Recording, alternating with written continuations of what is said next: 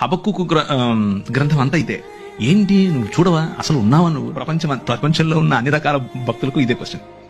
అయితే భక్తులు ఏం ఎక్స్పెక్ట్ చేస్తారంటే జరగంగానే ఆయన కత్తెత్తుకొని వచ్చేసి వేసేయాలనుకుంటారు. But God doesn't work like that. ఆయన అలా పనిచేయడు.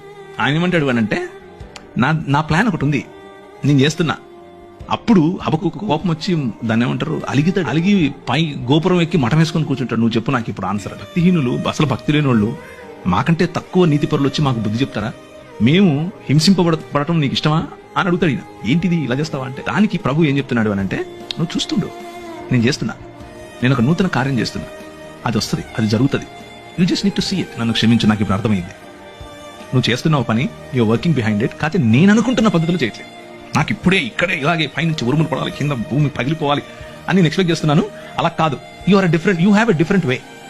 ఆ డిఫరెంట్ వేలో నువ్వు పనిచేస్తున్నావు అని గమనించిన తర్వాత హబక్కుకు ఏమంటాడంటే, సాలలో పశువులు లేకపోయినా, అంజూరపు చెట్లు ఫలించకపోయినా యెహోవా యందే నేను ఆనందిస్తాను. నువ్వు ఉన్నావు, నాకు అర్థమైపోయింది, నువ్వు చేస్తున్నావు, నమస్కారం స్వామి, నువ్వే చేయి అని చెప్తున్నాడు.